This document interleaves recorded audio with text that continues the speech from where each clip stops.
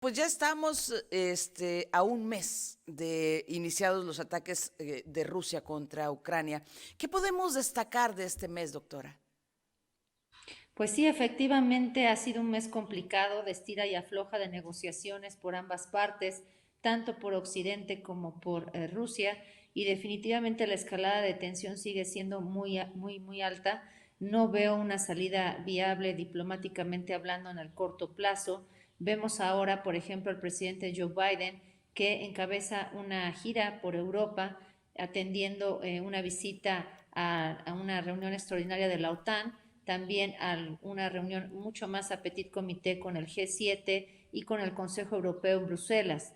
Entonces sí, los esfuerzos diplomáticos siguen, pero también siguen las sanciones económicas hacia Rusia, sanciones que no han sido suficientes para disuadir su poder militar y su intervención en Ucrania, y definitivamente pues veremos esta situación todavía en los próximos días, semanas, probablemente en la que todavía veremos pues los bombardeos, sobre todo en la ciudad de Mariupol al sur, que están pues tratando de sitiarla y de esta forma minar el poderío militar por parte de Ucrania. No obstante, Ucrania pues está siendo apoyada, sabemos, militarmente hablando, por recursos de la OTAN, a pesar de, como ya hemos comentado, de no ser un país miembro de la OTAN está apoyando militarmente en este sentido a Ucrania, y también en el aspecto diplomático pues se continúan los esfuerzos en foros multilaterales, aunada a estas sanciones que te menciono, Soledad, y también es importante destacar que Putin se va quedando cada vez más solo, ya que hay varios oligarcas rusos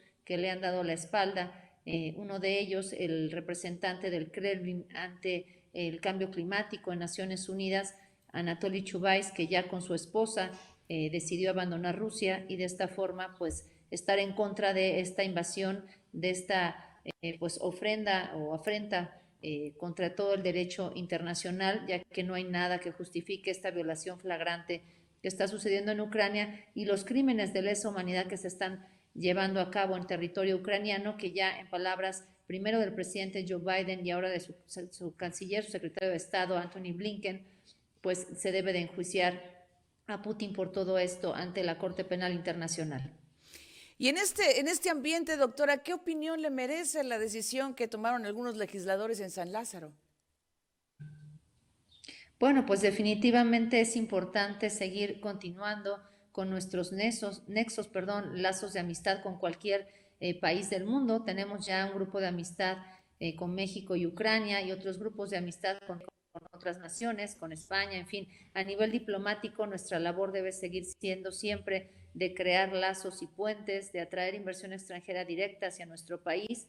Definitivamente, pues México es lo que requiere, ¿no? Inyectar recursos para la pequeña y mediana empresa, que es la columna vertebral de nuestra economía y que desafortunadamente en este escenario pospandémico en el que se encuentra el mundo, recordemos que hay una desaceleración a nivel internacional, una inflación impresionante y bueno, definitivamente pues el seguir continuando con buenos términos y con lazos de amistad con el mundo es algo benéfico para nuestro país.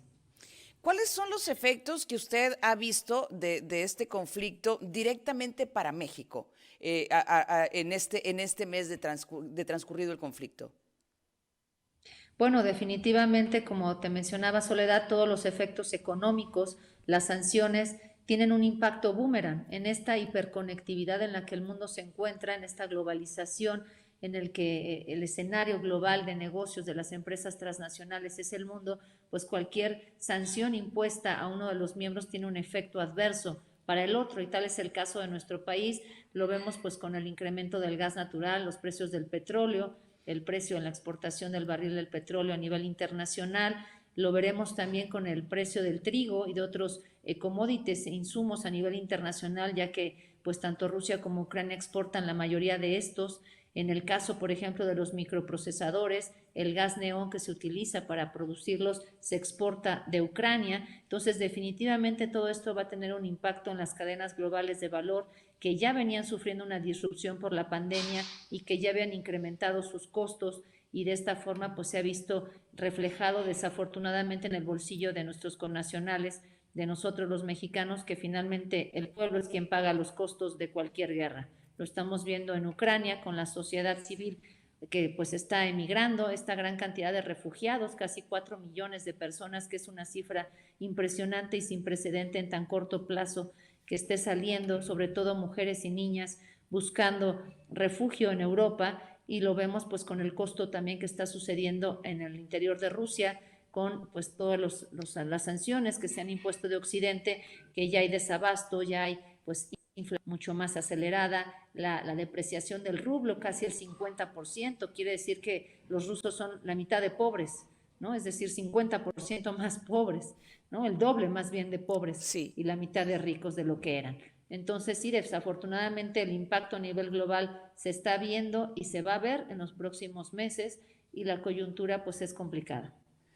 Yo le agradezco muchísimo que nos ayude desde su especialidad y de su amplio conocimiento a pues interpretar estos acontecimientos, doctora. Muchas gracias.